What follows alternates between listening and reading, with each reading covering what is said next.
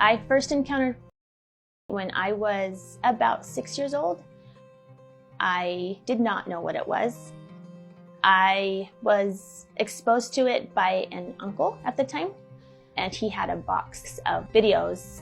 It was just uncomfortable to watch, so I oftentimes would turn around, but he would lock me in the room, barricade. There wasn't a lock on the room, but he would barricade it so I couldn't get out. When he would show me, I didn't know what it was, but I knew what it would lead to for me. So I knew how it made me feel. I didn't like the way it made me feel, but I didn't know it was wrong. So for me, the isn't what made me feel as bad as what he would do after the. Yeah. Shagging, screwing, nailing, boning, banging, dawdling, boinking, porking. These are only but a few of the many ways to refer to having sex without actually saying it. Sex sells, sex controls, sex runs the world. Humans are animals just like anyone else, and the orgasm is one of the most motivating rewards for behavior. It's no surprise then that a fascination with sex is evident in so many places throughout time and cultures. However, it wasn't until the last 50 years or so that depictions of sex have become especially violent, degrading, and easily available. My first shoot was down in Santa Monica, and from right away, I called my manager to tell them I was uncomfortable. And instead of the supportive producer and the supportive manager that I had experienced when I was signing my contract, I got told that I was being difficult, and that if I was going to continue to make money in this industry, that I was going to have to learn how to behave. You know, at first I didn't know what I was getting into, but I signed the consent forms, I signed all the stuff, saying it was okay because I needed to get paid. And then on the porn set, I was bound, gagged, and raped. I was in a rape scene. And after that scene, I went home and I tried to kill myself. People watch porn and they just assume, you know, that we're there in front of the camera because we want to be there, but they don't know the truth of what's really going on, why we're there, and what's going on inside of us. Today, pornography is as simple to acquire as typing XXX into the search bar. Even worse, no longer is pornography confined to dark and private rooms, but has become normalized and accepted as a normal action to partake in, and even portrayed as synonymous with sexuality itself. What do you get off to? As of January 2024, the most popular genre on Pornhub is step incest, where of the most popular 100 videos, 4.1 billion views were for step incest videos, and 3.3 billion views were for all other videos combined. While many porn enjoyers argue that it's just a fantasy and therefore harmless, the truth is that incest is far more prevalent than previously expected. According to geneticist Jim Wilson of the University of Edinburgh, 1 in 7,000 people was born to parents who were first-degree relatives, a brother and a sister, or a parent and a child. And this number is just a floor.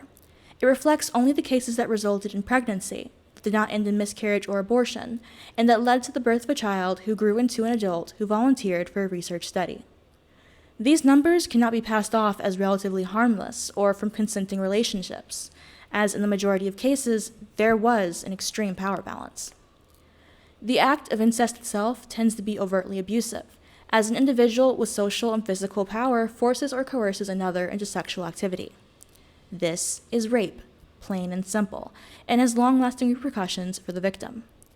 As reported in Psychological Dynamics of Incest Victims, adults who have been victims of childhood incest of adults often suffer from low self-esteem, difficulties in interpersonal relationships, and sexual dysfunction, as well as being high risk for mental disorders, including depression, anxiety, avoidance reactions, phobias, somatoform disorders, substance abuse, personality disorders, and post-traumatic stress disorder.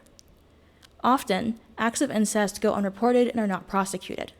The victims often feel ashamed and betrayed that people who are supposed to offer comfort and safety have instead hurt them, and can even defend those who abuse them due to the normalization of the abuse, or the portrayal of it to the victims as a form of love. The resulting children from incest tend to face a myriad of health problems as well, since recessive genes bring forth illnesses and disorders that might have otherwise gone unnoticed. Her and her father got married, and then he took her own life. This is 20-year-old Katie Pladel, and she was from New Milford, Connecticut. From a very young age, Katie was adopted, and once she turned 18, she reached out to her biological parents on Facebook. She met with her biological parents, Stephen and Alyssa Pladel, in Knightdale, North Carolina. Katie had decided to move in with them, and by the time she moved in, Stephen and Alyssa were separated and they were sleeping in separate rooms. Following months, Katie and Stephen became very close, and Alyssa had noticed this, and Stephen basically told Alyssa to mind her own business. Alyssa ended up moving out, and her and Stephen shared custody of their 2 other children.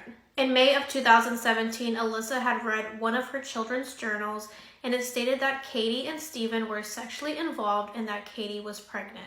Alyssa then called Stephen, and he confirmed everything, and that's when Alyssa called the police. On July 20th of 2017, Stephen and Katie got married.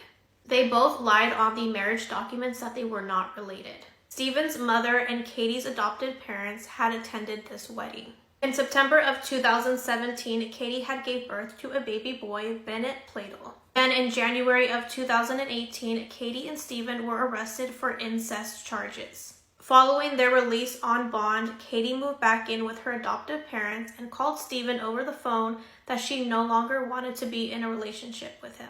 Stephen was furious about this news, so on April 11th of 2018, Stephen murdered 7-month-old Bennett. It is believed that Bennett died by suffocation. The very next day, Katie and her adoptive father drove from Dover, New York to Waterbury, Connecticut to visit her grandma. Since Stephen knew that this was a routine for Katie, he traveled to Dover and followed their car. He then murdered them with an assault-type rifle on their route. Stephen then called his mother and told them that he had killed the 3 of them, including Bennett, Katie, and her adoptive father. Later on, Stephen took his own life in Dover, New York. Incest is a near universal taboo, particularly between close family members, in large part because of the obvious biological complications. Later studies conducted between the 60s and 80s found high rates of infant mortality and congenital conditions. So why is faux incest being presented as hot and sexy? Why is it so common a choice of fantasy? Quite simply, it's because the incest itself is not what people are getting off to, but rather the power imbalance inherent to incest. As therapist and sex and relationship expert Dr. Ian Kerner notes, so many sexual scenarios have become normalized that it only makes sense that we continue to seek out the forbidden fruit. Incest remains one of the last taboos, and so it makes sense that it's such a popular source of fantasy and psychological excitation. Porn jokes are everywhere. The degradation and dehumanization inherent to pornography has become a part of everyday life. The impact of this oversaturation of constructed sexuality can be seen in men, women, and the relationships that they hold with one another, but the long-term consequences are often ignored or under-discussed. Okay, so I'm reading my textbook, and I literally just found out the most messed up thing. Basically, there's this part of your brain that helps you recognize the difference between, like, a person and just, like, an object. So if you're walking down the street, then the activation in this part of your brain increases because you can recognize them as like a living, breathing thing with like feelings and emotions and whatnot. Whereas if you were like looking at a lamp, the activation would decrease, obviously. So here's the messed up part. So they found that in really sexist men, when they saw a picture of like just a regular woman, the activation in this part of their brain went up, like normal. But if she was dressed even the slightest bit provocatively or even posed in a certain way, the activation in this part of their brain decreased, meaning they no longer saw her as a living thing with thoughts and emotions. They literally saw her as an object. Like, people are like, oh, you objectify women. They actually, in their brain, only see you as an object. Like, they don't even recognize you as something that has thoughts and feelings. Wait, you're telling me that women I've never talked to before don't like it when I call them goth dommy mommies? Yes, dude, because real-life women are not porn categories. Please, be normal. Instead, many seem to find the question, how can I get off, to be more relevant than the safety and welfare of women. Scenes and tropes from porn are being referenced in everyday conversation, jokes, and memes. Specific examples of pornography allow for any situation to be sexualized, further blurring the line between fantasy and reality. The result of pornography's normalization is that, like an addict chasing a high, it now takes more and more for a person to reach the same level of response as they initially did. Even those of us who do not seek out or use pornography are impacted by the ways in which porn transgresses the bedroom and enters real life. This can be seen in what is considered acceptable to joke about, portray on screen and in advertisements, and through partnered sex. Boys as young as 14 have been asking their teachers how to choke girls during sex and asking if a soft squeeze on the neck is okay. Now, health experts have said that pornography is a key contributing factor and that there is no safe way to strangle someone. Sexual health nurses have reported men in college asking questions such as, how do I safely strangle my partner? Or what do I need to do to resuscitate my partner? The Children's Commissioner's report on pornography in young people found that 47% of 16 to 21-year-olds stated that girls expect sex to involve physical aggression. But according to Glass et al., if someone uses non-fatal strangulation on you, it raises your chances of homicide by 800%, not because you might die in an accident, but because they are more likely to be the type of person who would be moved to kill you. But when 10% of children have watched porn by age 9 and the government seems to be on a mission to reduce sex education from a state that isn't even comprehensive enough as it is it any wonder that young people are growing up with incredibly concerning attitudes towards sex? Ybarra and Thompson conducted a study over 6 years of 1,586 people aged 10 to 21 years. For men alone, exposure to violent porn was the strongest predictor of perpetrating sexual violence. And when 79% of adults aged 18 to 21 have said that they've been exposed to violent porn before turning 18, we have a problem. So in order to counteract the harmful behaviours learnt, we must provide comprehensive relationships and sex education to help children recognise that porn isn't real and should not be reflected in real-life relationships or sex, and they could be breaking the law if they do. The normalization of pornography has also led to the conflation of porn with sexuality itself, thus allowing proponents of pornography to argue that any critics must be Puritans and sexually oppressed. This ignores that porn has measurable harms and that for many who criticize it, the point of contention is the men and women harmed in the making and consumption of pornography. It's been reported that anywhere from 17 to 58% of men who self-identify as heavy, compulsive, or addicted users of porn struggle with some form of sexual dysfunction. These men can have a difficult time performing in real life and take longer to orgasm with a partner. Why aren't more men embarrassed by this? Do they not realize what porn is doing to their brains? Because this will happen to everyone at some point. Like, at some point, it is going to affect your life in real life. And I know there's some guys that don't care. They will choose porn over their real life partner, but like, how are they not so embarrassed? They use like a death grip. And that's why they're conditioning their bodies to be used to that. I personally would not feel like a man. I would not feel like a real man if I could not please my woman. I don't understand. I am so sorry you're dealing with that. Part of this can be attributed to the sudden dopamine and adrenaline rush which occurs when watching the jackpot. In an article titled Porn-Induced Erectile Dysfunction, 90% of men fast forward to watch the most arousing pornographic scenes, i.e., the scenes most likely to be neurochemically rewarded with an intense dopamine and adrenaline rush. Quite simply, as Weiss notes, the amount of porn a man watches is linked to ED. More porn equals more ED. Heavy porn use is also linked to dissatisfaction with real-world sex. 20% of male porn users find that over time, they need to watch more extreme porn to achieve their desired level of arousal. Based on this and other studies, it appears that for many porn-using males, sexual dysfunction is neither physical in nature nor related to the frequency of masturbation and orgasm. Instead, problems with ED, DE, and anorgasmia are increasingly related to the fact that when a male spends 80, 90, or even 100% of sexual energy viewing and masturbating to pornography, endless images of sexy, exciting, constantly changing partners and experiences, he is, over time, likely to find a lone, real-world partner less stimulating than the endless variety and intensity he experiences online. Men aren't alone in their consumption of pornography. Pornhub's 2021 annual statistics reviews found that 32% of porn viewers were women. One study, as reported on in News Medical, found that thinking of pornographic material during intimate experiences with a heterosexual partner among women may give rise to insecurities about appearances and thus reduces the enjoyment of the intimate acts, as well as that more frequent viewing of media, particularly highly stimulating images, for longer periods of time with purpose will have higher activation in the minds of particular types of viewers, thus increasing the role the pornographic script will influence behavior. Interestingly enough, men who watch porn do not have the same introspective reaction and rarely report insecurities of their appearance from porn use. Women who watch porn internalize the behaviors illustrated on screen and often refer to porn as sexual instruction. This is especially prevalent in the United States, where sexual education is uncommon in schools, and candid discussions of sex are still taboo. This also leads to changing ideas about sex, creating a view that sex is casual and an activity with few repercussions on its participants. The truth is that porn harms men and women for the simple reason that most people are heterosexual, and thus male and female sexuality are reactive and intertwined. If men are aroused by porn, then they bring those arousal triggers into the bedroom. Even if a person doesn't watch porn, they're unable to avoid exposure through regular media and society. The normalization of strangulation, consensual non-consent, and other extreme kinks and behaviors can be tied to the widespread acceptance of porn. It trickles down through ads, articles, literature, and movies. The result?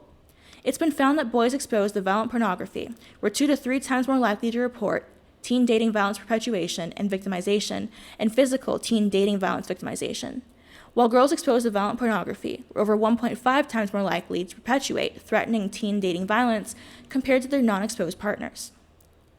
Child-on-child sexual abuse has also risen sharply, as the age at which children are exposed to pornography dips lower and lower, and when children under 12 are exposed to pornography, they act out what they have seen online on other children. These findings confirm the high correlation between pornography and peer or sibling abuse.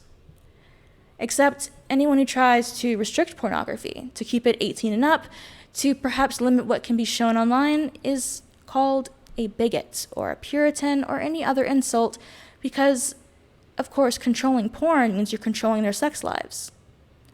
I think one of the biggest misconceptions about pornography is that it is like harmless, when in reality, most people who go on maybe like a regular pornography website, they're not really analyzing if that person, they don't know if that person was trafficked, they don't know if those people were coerced. That's a big misconception in pornography, is just that it's completely harmless and you watching it doesn't actually mean that anyone's being harmed behind the camera.